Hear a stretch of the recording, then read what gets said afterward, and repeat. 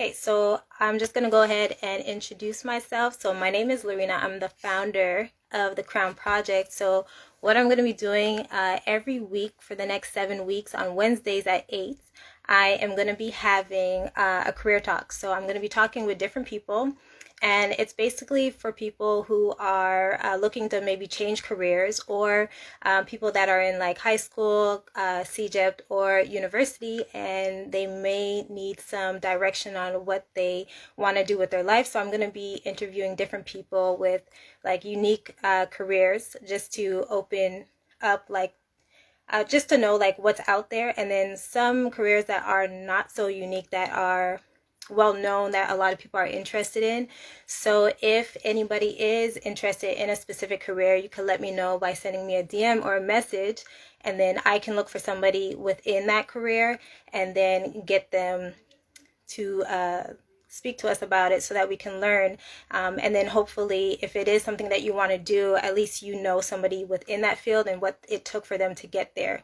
So today we are going to have Veronica Pillay, and she is a founder of GotTheJob.ca. So basically what she does is she helps people find their dream job by writing their resume, helping them through the interview process. So basically what she did, she started her career in 2000. She was a recreational and leisure coordinator in Montreal. And then after receiving her BA in political science in 2019, she got an opportunity to actually work in Seychelles. And it's when she was working there, she got to find out about PR, communications, marketing. And so she found an interest in that. So when she came back to Montreal, that is what she worked in. She had many jobs within that field. But what she noticed is that when she was intentional with the words that she used in her CV and the presentation, she was able to get like a lot of job offers, a lot of interviews. So what she did is that because she found success in that, she took all the information that she learned and she went ahead and she started her own business so that she can help everybody receive the same success that she did, through getting those job offers that we really want. So she started GotTheJob.ca, and she's been rolling with that ever since. So she's going to come here today and she's going to talk to us about how she started, and basically also give us some tips and some gems so that we can go ahead and find the job that we are looking for, especially now during COVID, because it's really difficult finding a job. But if anybody has questions, you could send me a question, and hopefully I can get to that before the end, and or DM, and then I'll get Veronica to answer that. So we're just gonna wait for her. Hi. Hey, Hi, Lorena. so I didn't get the notification, so I was just like, oh my gosh, what happened? I'm here. How are you? No, I'm good. I like the Thank hair. you. It didn't turn out like I wanted it to, but I'm getting used Oh, to it. It's a bit too short for my liking. oh, okay. But it still looks good. Thank A lot of you. people are getting the braids as a bob. I think Exactly. So it's, it's the first time, I guess, that's what God wanted me to have today. So, I got to go with it. yeah, no, it works. Thank It you. works. You look great. So, I did a bit of an introduction about you and basically how you got to where you are today. Oh, thank you. So, yes. So what I thought was really cool is that before you started your business, you had a lot of success with finding jobs within the field of PR, Yeah. marketing, and communications. And what you realized is the importance of words and the Mhm. importance of presentation when it came to your resume or CV. Yeah. So I thought it was really cool, and that you're taking all of this information and then you're helping us get our dream jobs as well, Yeah. your business. So I do want to ask like two business questions, and then I'm going to get into all the advice and gems that you can drop about job searching. Okay. So what I wanted to know is, because you started your business, but a lot of people have a hard time attracting clients. So I want to know, in your experience, was it hard for you to attract clients to your business, or was it something that came easily to you? You know what? It was not easy to start, I have to say, but you can't think of the clients right off the bat. You just have to go with every person that you work with. You give your all to that one person, that one client. You go above and beyond. And for me, it's mostly word of mouth. So essentially, a Okay. person that got a great service will refer another client, and then that customer will refer another person, and then that's how I've gotten my clients and I've built my client base. Most often, it was ex-colleagues, brothers or sisters of a colleague that needed help, and once that's established, you just let it grow organically. I mean, you can definitely then have other actions that you can do: build your platform online, have your Facebook page, have your website, develop content, but with the content have added value, so you're bringing something different to the table and you're educating people along the way. Yeah. But letting it grow organically, don't rush things, just do things right and do it once. Okay. So word of mouth is still like the best It's way number for your one. business. It is. Okay. I love that. And then another thing is, I recently saw this online on Twitter, and I thought it was really cool because a lot of us, we're like doing this for the first time, being entrepreneurs and starting our own businesses. A lot of the generation before, they kind of just went to work, did their 9 to 5, and then, got their pension, retired, and like that's it. Yeah. So for a lot of us, there's not like a blueprint for us on how to do all of this stuff that we're doing. So what is one thing that somebody you wish somebody would have told you about entrepreneurship before you started, or maybe at like the right at the beginning stage? I wish it would have told me this before I completed my bachelor's degree in political science. um, Right. Before going into it, I wanted to be a humanitarian when I started, Oh, wow. and I wanted to help bring about positive change in this world. And the only way I thought I could do it was by completing a bachelor's degree in political science and then going overseas and working with different UN groups, building Mhm. homes, building houses. But that's not necessarily it, for one. And for two, I got to pay my bills. So when I completed that bachelor's So, degree and no high paying jobs were available, I had to think fast on my feet. And I essentially just started a career in marketing and communications with no degree in marketing and communications. But as, what I figured out was what I really want to do is help people in the same position as I was when I completed my bachelor's degree in political science. And that's how I'm bringing about positive change in this world, by helping one individual at a time understand what they really want to do and what they can do and how that can get them to make the most money as they can. So negotiating the top salary in interviews and helping mhm. them launch other projects, purchase properties, because now they're getting a high salary, getting the financial stability and independence. And it's no longer a question of the job itself, but a question of fulfilling your desires. You're going after your intuitions or whatever ideas you have in mind, and budget or financials are no longer limiting what you can and can't do. Well, that's what I love, and that's why I started this series, because same thing with me. Like, I have a bachelor's in anthropology and sociology, and I couldn't find a job, or I didn't really know what I wanted to do. I just kind of got it because that's what my mom wanted Yeah, to see me to get do. a That's what my diploma. grandmother wanted to see me do. But then you end up doing things that you're not happy Yeah. with, and you get these jobs, and sometimes you still get a job that's high paying, but it's not fulfilling, Mm-hmm. right? So I think that's really important. And I like that even though your degree is very different than what you do now, you're still doing something that you're bringing service to other people. You're helping them out. Yeah. So you're going to be helping like a whole generation and Yes. more obtain the life that they desired. So I think that's really dope. So now I want to get into job searching because especially now, COVID makes things a little difficult, but I always felt like job searching is difficult on a regular day. Like I feel like a full-time job, Really? a job. So, what's the best way to look for a job during this time? Do we have to do anything differently, you find Yes. now, or is it the same as before? Okay, so Yeah. what is it that we would have to do, you would say? First, you have to start with a vision board. Okay, Before anything else, what do you want out of life?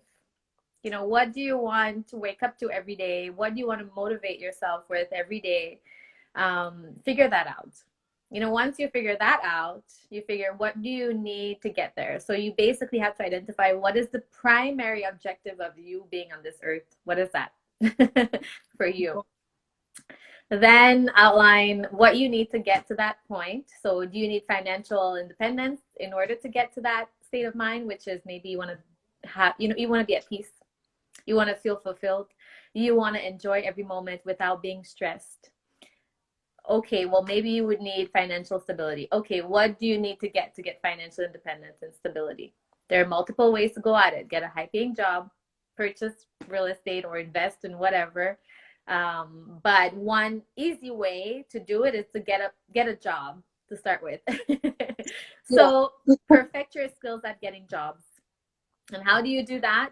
You outline what you're amazing at and what you will do with your eyes closed, and you don't care what you're paid for to do it and how many hours you wouldn't mind spending on it.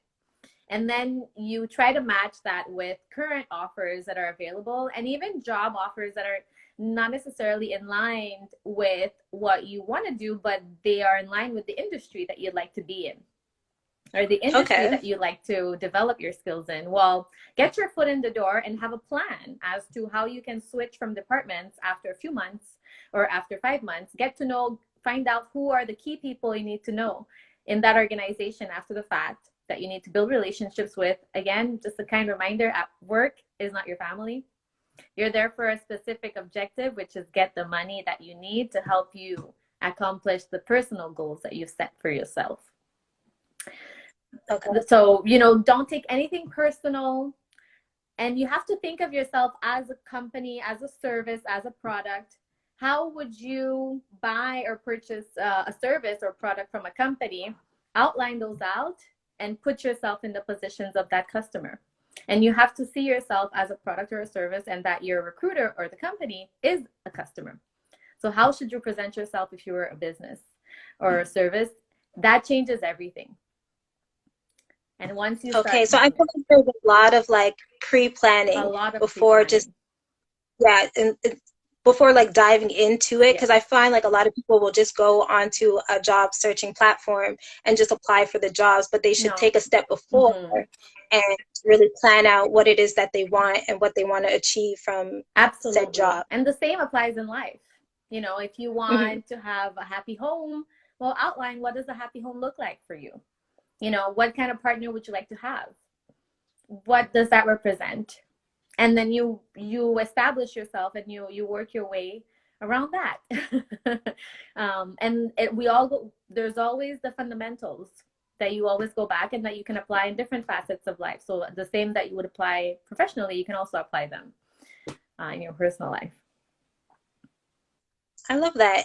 And then, so that would be the same thing for people who are currently in jobs where they feel like they're stuck or they're fed up.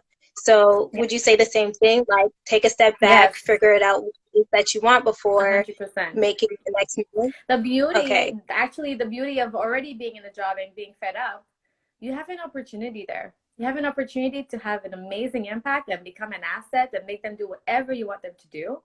You're already there. So figure out what are their current pain points. How can you introduce a new process or a new way of doing things that is going to facilitate things for everyone? Make yourself an asset in that company. Even if you don't like what you're doing, you Hmm. have a job, so keep that. Keep it, and maybe you even get an increase or a raise because you've introduced the new process or new way of doing things, and you would have gained a stakeholder, a key stakeholder that's always Okay. going to vouch for you. You need to find somebody that's always going to defend you when you're not there. You have to find that person within the organization. And And then you do your planning and you plan ahead, and then you start doing your job hunting. You correct your CV, you work together, and then you move on. But it could be that you end up, you figure out, you know what, I can stay here. Because the best revenge on people that are mean or, trying to backstab you is success. So what better success, what better revenge than to succeed within the company that nobody likes you in? That's true. And then I also like that too, like become an asset, because I think a lot of times when people are fed up or they just feel stuck, like their mindset is very negative Mm-hmm. and keep those things rolling. So if you change it to like, okay, I have to be an asset and maybe I can develop something and maybe Yes, spearhead project or initiative, like that will change my feelings about the job. So I think that's super dope that you mentioned that, because a lot of people just have it kind of just one way thinking about it when they could actually turn it around to their benefit. So I think that's absolutely. cool. They can always turn it Um, around, and you determine, you can always start again the next day. Today you made a bad decision, whatever. Start again tomorrow. You can make things better the next day. And one great thing about this is that brush your shoulders back. Whatever thoughts are going in your mind, these are only in your mind. Nobody else is thinking that, and you are the only one that's preventing yourself from going further. And it sounds Very easy true. right now, but I was in that position too. So I know what that feels like. It ain't easy. But another thing that I want to say for individuals that are staying in their current positions that are unhappy there is you will remain unhappy if you stay there. Oh boy. I promise you that. But take a chance on yourself, take a risk and see where that could lead. And it's okay. You can fail at the beginning. You can fail many times. But in your failing, you're winning because you're learning new things as you go along, and you're building your knowledge base. Okay, I love that. And then also too, like I find women, when it comes to going for a promotion or applying for a job, like let's say there's like six requirements that the company puts. Yes. And let's say, okay, let's say I'm the woman and I have like three out of the six Mm-hmm. requirements. And I'll go like, oh, I only have three of the six. I'm not gonna apply for that job or that promotion. Whereas normally, like a man will just go for it, even if they have like two out of the Yes. six. Like they'll Mm-hmm. gun for that position or for that job. So, what can you say to those women to like maybe just go forth and Crush him. apply, or like, Sorry, I just said crush him. What can I say? First of all, apply. mhm, Second of all, take the lead, take control of everything, of every step. Get to know your recruiter. Get to know their dislikes, their likes. Find out any by any means possible. I can help you do that. But okay, so you could assist with that because I find that happens a lot. Like mhm, women will downplay maybe the achievements that they do mhm, have or their requirements because it's not exactly what the headhunter said yeah, or whatever the description says. So, because to me, I'm like, does that really matter if you have all of the requirements or not? no. Like, A lot of the times they're gonna hire for the chemistry. So you build that oh, relationship right away. You break the ice. One fun icebreaker that I like to share with my candidates is the shopping cart experiment. So if what's you want that? to break the ice and actually get to know your recruiter and your employer, first of all, prepare a full list of interview questions before going into the Okay. interview. Second of all, prepare a list or two, maybe two proposals of how you would improve things, whatever they are, and have next steps questions as well. So that's just a side note. But the shopping cart experiment is essentially asking your employer, um, what do you think of people who leave the shopping cart without returning it back to its, to the storage spot in the parking lot? Yeah. What do you think of people who return it, and what do you think of people who don't return it? What does that mean to you? First of all, by you asking that question, you're showing him that you're a critical thinker, that you think Hmm. outside the box, and that you value his opinion, that you're trying to build a bridge with him. So that will crush any competency that the other person, well, the other man applied, because now that's outside of their scope. You're like destabilizing them. They didn't even come into the Okay. interview. They thought that, as usual, right, they would be the ones asking questions, they would be the one directing the conversation, but no, you're taking full control. And by doing so, you're giving them um, a preview of what it would be like if you were in the job, how personable you would be, and how much in control you would be as well, and how approachable you would be. So that's it. You would get the job right off that. So those are little tricks that I teach my candidates. Okay. And then also with the interview process, because you do a lot of work, I guess, to coach us through that process, because a lot of people have anxiety when it Mm-hmm. comes to interviews. So I'm one of those people, I don't like interviews. Like even this is uncomfortable for Really? me. Oh my God, yeah. So is that something that you would like suggest to somebody that has like Yeah, interview anxiety? absolutely. And Okay. it's quite normal, because you're not aware, right, of what the experience will be, what questions you're going to be asked, and what the outcome will be. So that's completely normal. And one Hmm. way to counter that and prepare is just to practice every day when you wake up. Practice your elevator speech. What is your elevator speech? What would you say if somebody called you right now, and a recruiter, and asked you to tell them about yourself? How would you go about that? How would you determine what points to enumerate, what elements about you, what key skills you should present or bring forward? And so I teach that. And I just had a meeting today with a client. She is extremely knowledgeable. She has so many years of experience. And I was able to help her craft her elevator pitch, and it was a lot of fun.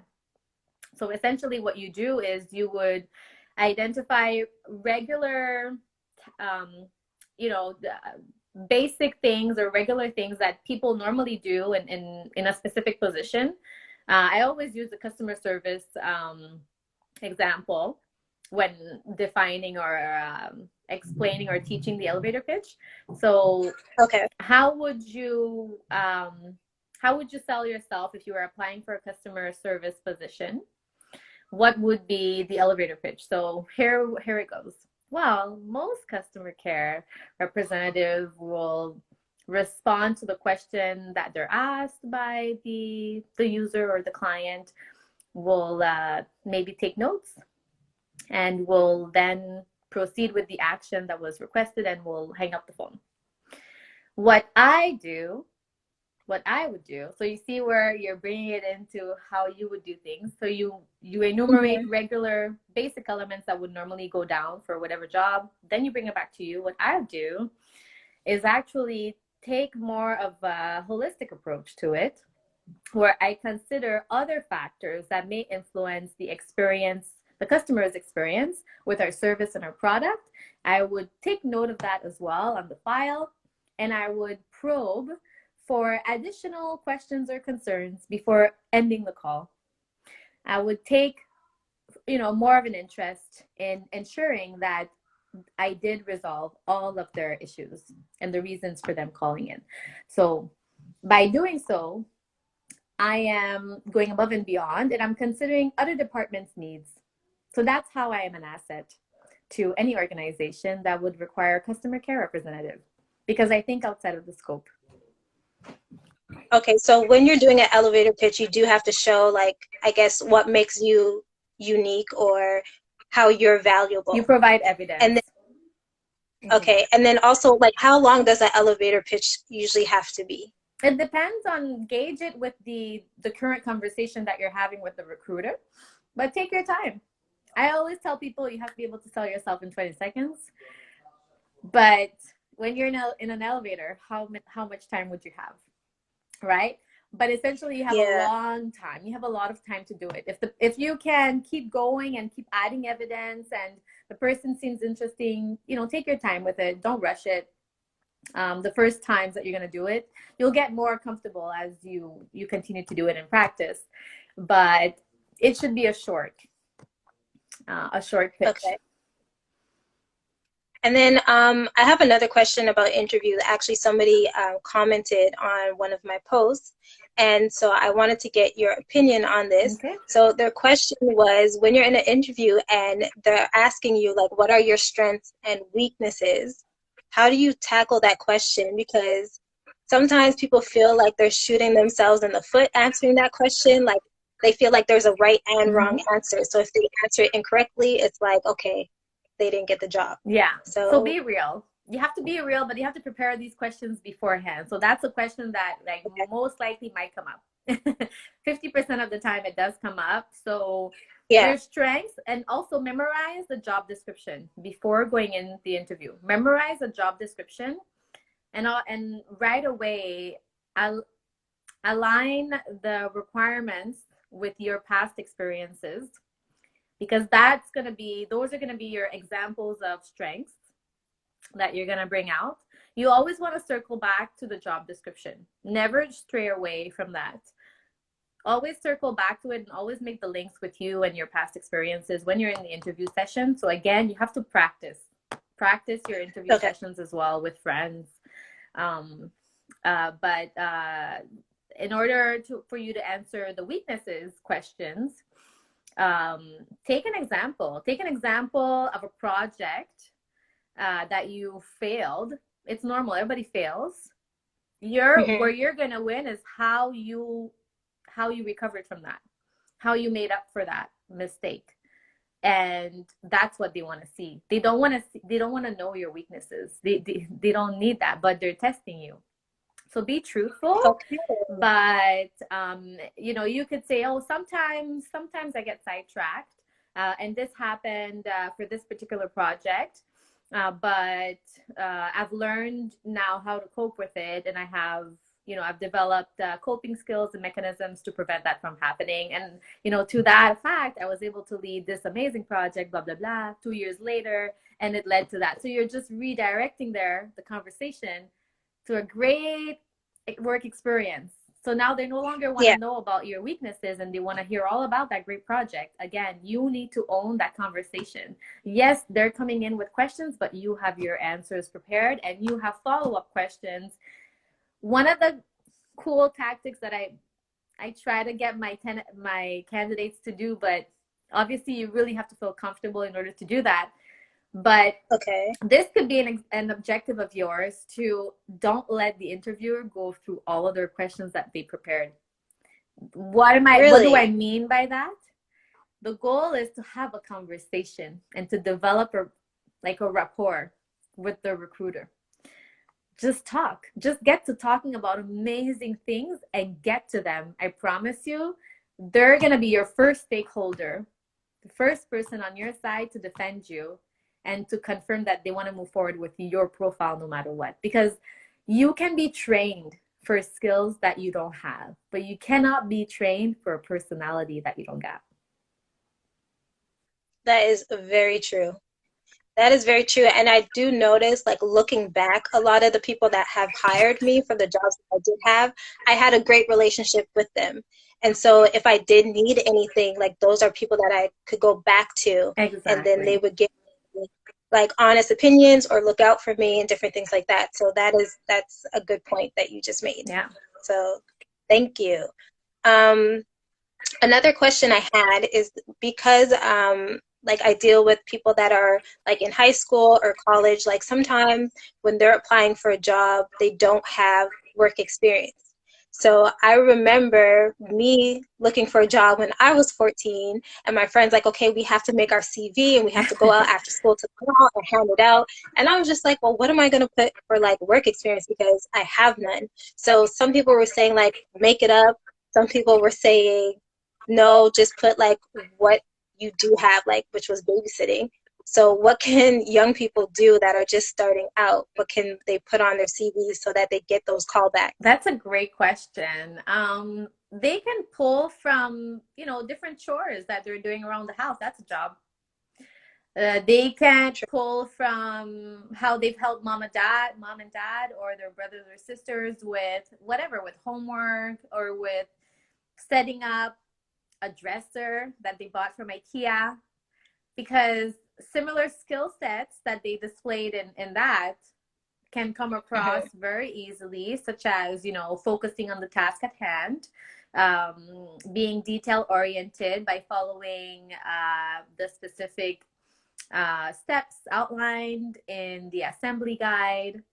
As silly as it may sound, you know, these are crucial elements. And there may be projects that you've worked on at school. Most of the time, you'll end up putting a lot of projects or volunteer work that you've done at school or with community organizations. And also, if you don't have the experience, go get it. Go volunteer. Choose a cause that you believe in, that you want to learn more about. Do a free internship with any organization. People need a lot of help all the time. That So is. you know, get those internships, and it could last a month, but that's enough for you to put on your CV, and get, Mhm. you know, and build up your profile. But before anything, build your vision board. Okay, that's the step one Yes. always. And then also, I wanted to touch on a bit with LinkedIn Mhm. because that I've been using a lot during this time as well. So, like, how important is LinkedIn today? And then, in your opinion, like, what's the best way to maximize LinkedIn? The best way, if you have the time, it's always a question of Okay. time. But again, outline your vision board. Who do you want to be on LinkedIn? Do you want to be an influencer? You want to be a thought leader? You want to be easily searchable? You want to come up in the search results? First, you have to change your link of your LinkedIn profile. Then you have a series of actions you can do. You can do LinkedIn Lives. You can hold webinar sessions on LinkedIn. You can join groups. You can also write articles.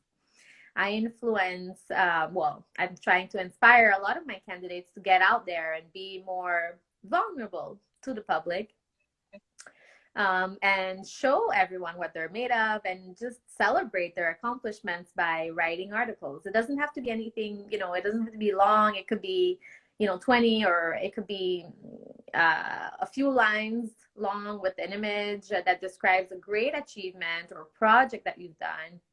This will be super interesting to people, and they'll be sharing. If it's interesting to them, they might share across the network. But one of the things that you can do if you're looking for a job is to actually write it out on your profile. So on your LinkedIn profile, on your Facebook profile, on your Instagram profile. So right next to your name, add that, hey, I'm looking for a job in this field or in this category. Whoever, you know, may know of anyone who's hiring, please get in touch with me.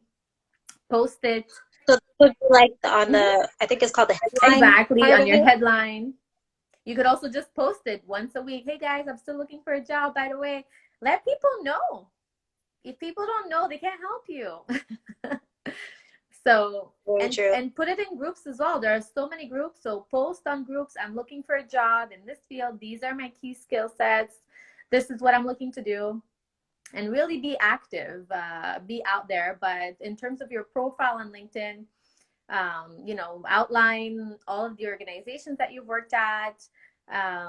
It's not necessary to write the description of the job that you've had. Just write the title or the job itself.